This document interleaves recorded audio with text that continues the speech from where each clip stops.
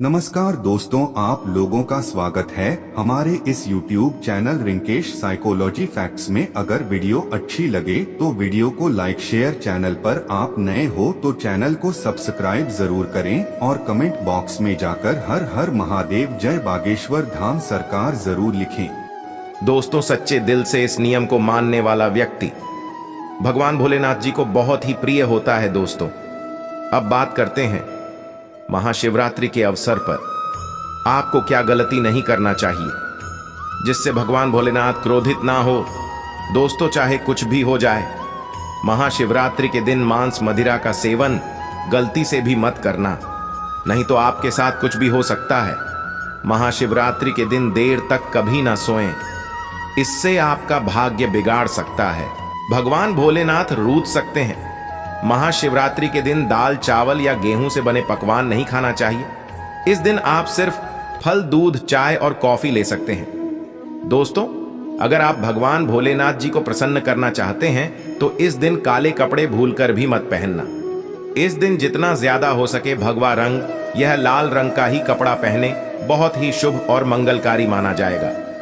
इस दिन गलती से भी पति पत्नी शारीरिक संबंध भूलकर भी ना बनाएं, अन्यथा भगवान भोलेनाथ के क्रोध का सामना आपको करना पड़ेगा।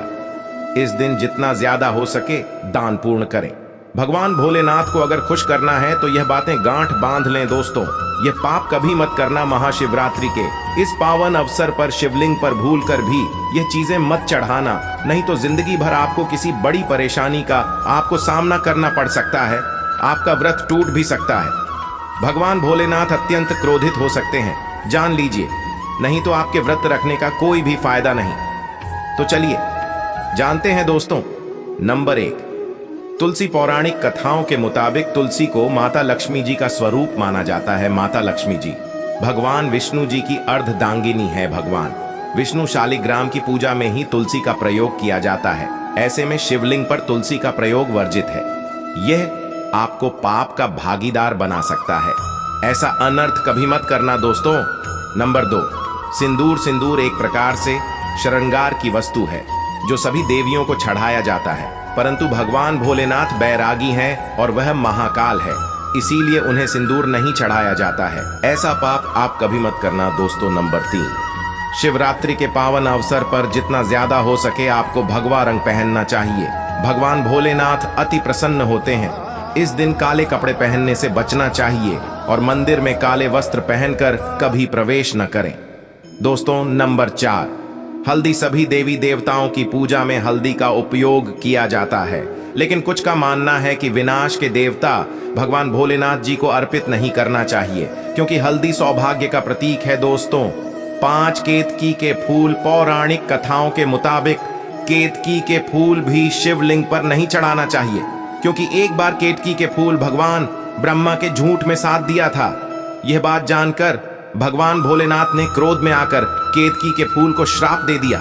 दोस्तों, नंबर 6, नारियल पानी।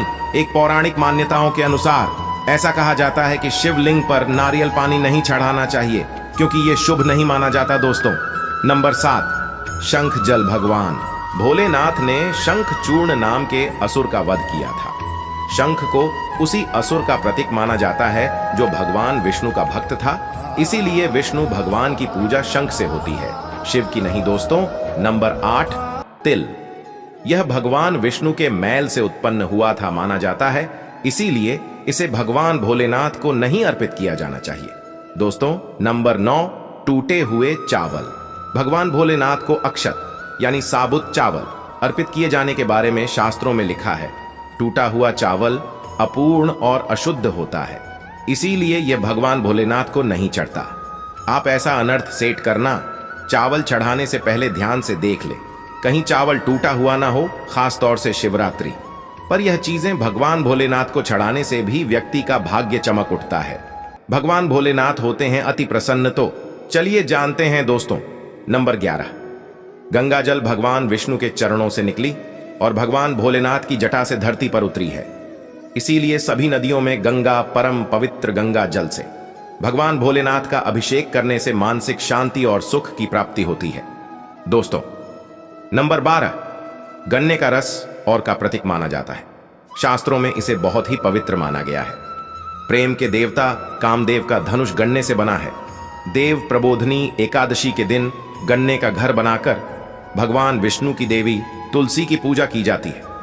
दोस्तों, नंबर 13, 3 पत्तों वाला बेलपत्र।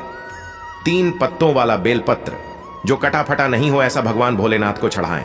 3 पत्तों वाला बेलपत्र त्रिदेव ब्रह्मा विष्णु महेश का प्रतीक माना जाता है। महाशिवरात्रि के अवसर पर बेलपत्र अर्पित करने से शिवलोक की प्राप्ति होती है, ऐसा पुराणों में बताया गया है। दोस्तों, नंबर 14, धतूरे का फूल। धतूरे के फल के समान धतूरे का फूल भी भगवान भोलेनाथ को प्रिय है। इसका कारण यह है कि यह सफेद होता है और औषधीय कारणों से गुणकारी होता है। मानसिक शांति के लिए धतूरे के पुष्प को शिवलिंग पर अर्पित करें। दोस्तों, नंबर 15, चांदी के नाग नागिन के जोड़े कि ग्रहों के अशुभ प्रभाव के कारण घर में सुख शांति की कमी और आर्थिक परेशानियों को दूर करने के लिए महाशिवरात्रि के अवसर पर भगवान भोलेनाथ को नाग नागिन के जोड़े समर्पित करें। इससे काल सर्प और नाग दोष समाप्त होता है। दोस्तों, नंबर 16 है धतूरा। भांग की तरह धतूरा भी एक जड़ी बूटी है। भगवान भोलेनाथ के सिर पर चढ़े विष के प्रभाव को दूर करने के लिए धतूरे का प्रयोग भी किया गया था, इसीलिए भगवान भोलेनाथ को धतूरा भी प्रिय है। महाशिवरात्रि के अवसर पर शिवलिंग पर धतूरा अर्पित करें, इससे शत्रुओं का भय दूर होता है, साथ ही धन संबंधी मामलों में उन्नति होती है। दोस्तों, नंबर 17 भांग। भगवान भोलेनाथ ने हलाहल विषपान किया। इस बीज के उपचार के लिए कई तरह की जड़ी बूटियों का प्रयोग देवताओं ने भी एक है, इसीलिए भगवान भोलेनाथ को अत्यंत प्रिय है। और से शिवरात्रि के अवसर पर भांग के पत्ते को पीसकर दूध या जल में घोलकर भगवान भोलेनाथ का अभिषेक करें तो रोगों से मुक्ति मिलती है। दोस्तों, अब बात करते हैं कि आपको महाशिवरात्रि व्रत में क्या खाना। देखिए दोस्तों, जो महाशिवरात्रि होती है वह गंगा जल की हर एक बूंद की तरह पवित्र मानी गई है, शुभकारी मानी गई है। हमारे हिंदू परंपरा में शिवरात्रि का बहुत महत्व है और यह पर्व फाल्गुन मास के कृष्ण पक्ष की चतुर्दशी को मनाया जाता है। भगवान भोलेनाथ भोले भंडारी हैं। वे एक लोटा जल से भी प्रसन्न हो जाते हैं, मात्र एक बेलपत्र से भी अति प्रसन्न हो जाते हैं। लेकिन भगवान भोलेनाथ शीघ्र ही गुस्सा भी हो जाते हैं। जहां भगवान भोलेनाथ को कुछ चीज प्रिय है तो वहीं कुछ चीज आप यह भी हैं, कुछ चीज ऐसी हैं जिनका भगवान भोलेनाथ की पूजा में अगर इस्तेमाल ना किया जाए तो भगवान भोलेनाथ का पूजन अधूरा रह जाता है। वही कुछ चीजें ऐसी होती हैं जो अगर अनजाने में आप भगवान भोलेनाथ को अर्पित कर देंगे तो उससे भगवान भोलेनाथ आपसे रुष्ट हो जाएंगे। इसलिए भगवान भोलेनाथ की पूजा करते समय कुछ बातों का विशेष ध्यान रखना चाहिए। आज के इस वीडियो में हम आपको बताएंगे कि महाशिवरात्रि के पावन पर्व पर क्या करें क्या ना करें, कौन सी ऐसी वस्तुएं हैं जो भगवान भोलेनाथ को अति प्रिय हैं और कौन सी ऐसी वस्तु है जो भगवान भोलेनाथ को बिल्कुल भी प्रिय नहीं है, और कौन सी वस्तु है जो भगवान भोलेनाथ को भूल से भी अर्पित नहीं करना चाहिए। दोस्तों, वीडियो आगे शुरू करें उससे पहले भगवान भोलेनाथ जी के सच्चे भक्त द वास्तु शास्त्र चैनल की इस वीडियो को एक लाइक अवश्य कर दें और बॉक्स में जय भोलेनाथ अवश्य लिख दें, जिससे कि भगवान भोलेनाथ जी का आशीर्वाद आपको सीधे प्राप्त हो सके। दोस्तों, सबसे पहले जानते हैं कि महाशिवरात्रि के पावन पर्व पर क्या करना चाहिए जिससे कि भगवान भोलेनाथ और माता पार्वती का आशीर्वाद आपको प्राप्त हो। महाशिवरात्रि के दिन भगवान भोलेनाथ की पूजा सफेद या लाल रंग के वस्त्र धारण करके ही करें। सफेद और लाल रंग के वस्त्र धारण कर भगवान भोलेनाथ का पूजन करना बहुत ही शुभ माना जाता है। यदि संभव हो तो इस दिन पूजा में बिना सिले हुए वस्त्र पहने महाशिवरात्रि के पावन पर्व पर भगवान भोलेनाथ की शिवलिंग का पूजन अवश्य ही करें। शास्त्रों के अनुसार महाशिवरात्रि के दिन ही भगवान भोलेनाथ शिवलिंग के रूप में प्रकट हुए। इसलिए इस दिन शिवलिंग का पूजन करना सबसे ज्यादा श्रेष्ठ माना जाता है। शिवलिंग का पूजन करने से भगवान भोलेनाथ और माता पार्वती की असीम कृपा प्राप्त होती है। वैसे तो महाशिवरात्रि पर भगवान भोलेनाथ का पूजन रात्रि के चारों पहाड़ में किया जाता है। दोस्तों, इस बार पंचांग के अनुसार फाल्गुन माह के कृष्ण पक्ष की चतुर्दशी तिथि की शुरुआत 8 मार्च रात में 9:47 से होगी। इस तिथि का समापन अगले दिन 9 मार्च शाम 6:17 पर होगा। महाशिवरात्रि व्रत के दिन भगवान भोलेनाथ जी की उपासना निशिता काल में की जाती है, इसलिए महाशिवरात्रि व्रत इस साल 8 मार्च 2024 शुक्रवार के दिन रखा जाएगा। दोस्तों, अब बात करते हैं कि आप लोग किस पहर में कितने समय पूजन कर सकते हैं। प्रथम पहर पूजन समय 8 मार्च को शाम 6:25 से शुरू होगा और समापन रात 9:28 को होगा। दूसरा पहर पूजन समय 8 मार्च को रात 9:28 से शुरू होगा और समापन 9 मार्च को रात 12:31 पर होगा। तीसरे पहर पूजन समय मार्च को रात 12:31 से शुरू होगा और समापन सुबह 3:34 पर होगा। दोस्तों, महाशिवरात्रि का मतलब है भगवान भोलेनाथ का रात्रि के समय पूजन करना। इससे भगवान भोलेनाथ अतिशीघ्र ही प्रसन्न हो जाएंगे और आपको मनचाहा वरदान देंगे। महाशिवरात्रि पर भगवान भोलेनाथ के साथ माता पार्वती जी की पूजा भी अवश्य ही करें। ऐसा करने से आपको भगवान भोलेनाथ के साथ माता पार्वती जी का भी आशीर्वाद प्राप्त होगा। शिवरात्रि के दिन भगवान भोलेनाथ की शिवलिंग पर बेलपत्र अवश्य ही अर्पित करें। बेलपत्र भगवान भोलेनाथ को अति प्रिय है। बेलपत्र के बिना भगवान भोलेनाथ का पूजन अधूरा माना जाता है। बेलपत्र एक पत्ता नहीं माना जाता।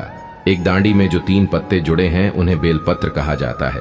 एक डांडी में 3 जुड़े हुए बेलपत्र ही शिवलिंग पर अर्पित करें और चंदन से उस पर ओम नमः शिवाय लिख करके अर्पित करें। ऐसा करने से भगवान भोलेनाथ की कृपा प्राप्त होती है। महाशिवरात्रि के दिन भगवान भोलेनाथ को पूजा में अक्षत अर्पित करें। ऐसा करने से आपको भगवान भोलेनाथ जी का आशीर्वाद प्राप्त होगा। इस दिन रात्रि में भगवान भोलेनाथ का जागरण अवश्य करना चाहिए, जिससे आपको महाशिवरात्रि का पूर्ण फल प्राप्त हो सके। महाशिवरात्रि के दिन भगवान भोलेनाथ की पूजा करने से पहले भगवान श्री गणेश, भगवान कार्तिकेय, नंदी जी और माता पार्वती का पूजन अवश्य ही करना चाहिए, नहीं तो आपको पूजा का फल प्राप्त नहीं होगा। इस दिन बैल को हरा चारा अवश्य ही खिलाना चाहिए, क्योंकि बैल को नंदी जी का रूप माना जाता है, जो भगवान भोलेनाथ जी को अत्यधिक प्रिय है। दोस्तों, महाशिवरात्रि पर इन कार्यों को करने से भगवान भोलेनाथ की कृपा प्राप्त होती है। दोस्तों, अब बात करते हैं कि आपको महाशिवरात्रि के दिन क्या क्या खाना चाहिए। शिव पुराण के अनुसार माना जाता है कि महाशिवरात्रि पर व्रतधारी को धतूरा अवश्य खा लेना चाहिए। भले ही आप थोड़ा सा खाएं, लेकिन खा जरूर लें। इससे व्रत पूरा हो जाता है। इस दिन भांग खाने से संपूर्ण फलों की प्राप्ति हो जाती है।